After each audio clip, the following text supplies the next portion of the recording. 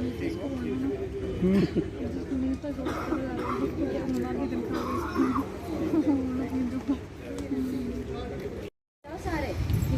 लोग भी आओ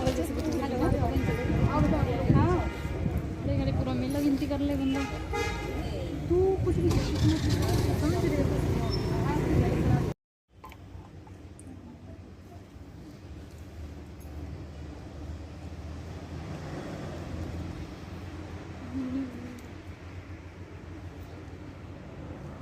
विशेष जागरूकता उत्पन्न कर रहे हैं।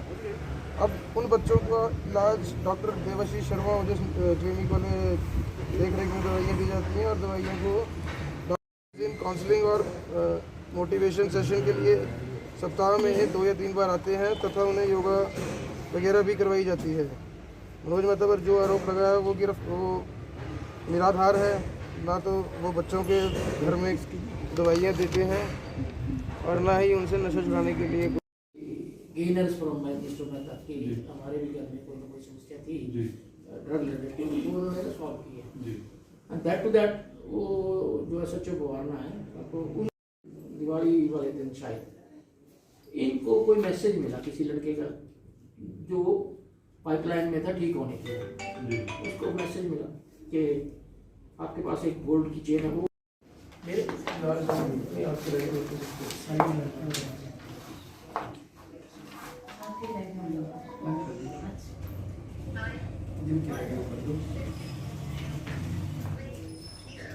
ये नेक्स्ट पेज है।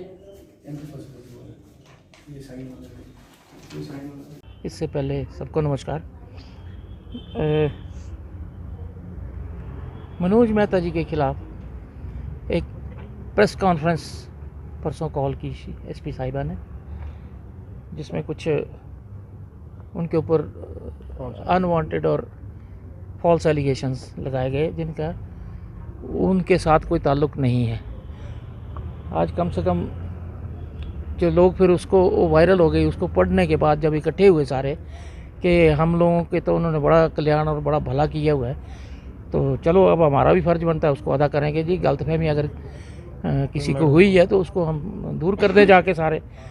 तो पालमपुर, नगरोटा, गग्गड़, सुड़ा, इन एरिया से जिसको भी पता लगा वो सब आ गए और वो फिर फ्यूरी वहाँ तो बड़े तमतमाए हुए थे सारे कि जी नहीं हम ऐसे करेंगे वैसे करेंगे।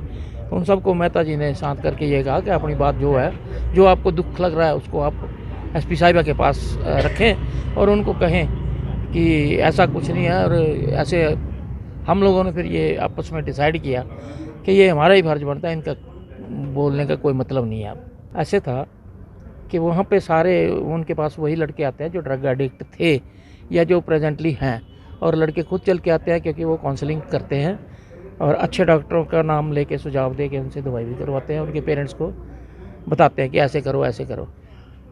और वो जो लड़का था वो भी अंडर ट्रीटमेंट है। उस लड़के ने किसी दूसरे लड़के को फ़ोन किया कि तू अपनी वो तेरे पास जो सोने की चेन है उसको लेके आ जा, आज हम चिट्टा करते हैं।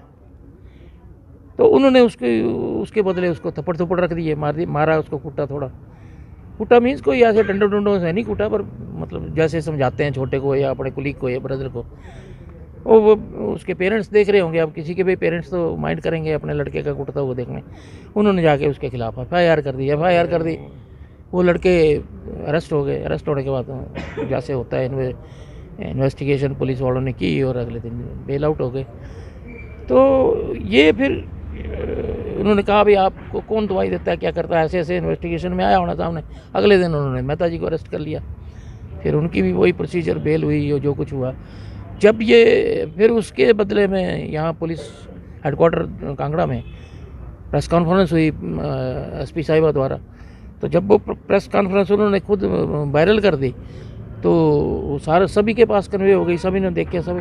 अब समझ ये नहीं आ रहा था कि जो इतने सीरियस मामले हैं, जैसे मर्डर हो गया किसी का या जो डेथ केसेस हो गए, वो लेडी की हो गई उसी स्पॉट पे, दूसरे किसी लड़के का, उसको तो इन्होंने टच नहीं किया। ये छोटी सी बात, मार कुटाई तो लड़कों में कॉमन ही बात है, कोई बड़ी बात नहीं है। तो ये सारी मिसअंडरस्टैंडिंग दूर करने के लिए हम इकट्ठे हुए थे। मिली है तो बताएं, वो सामने रखे मैं फोटो। ये झूठ है, ये बदनाम है। नहीं मेडिसिन तो मेरे घर में भी मिल जाएगी, पर वो किस चीज़ की मेडिसिन है ये तो पता हुआ हमें भी।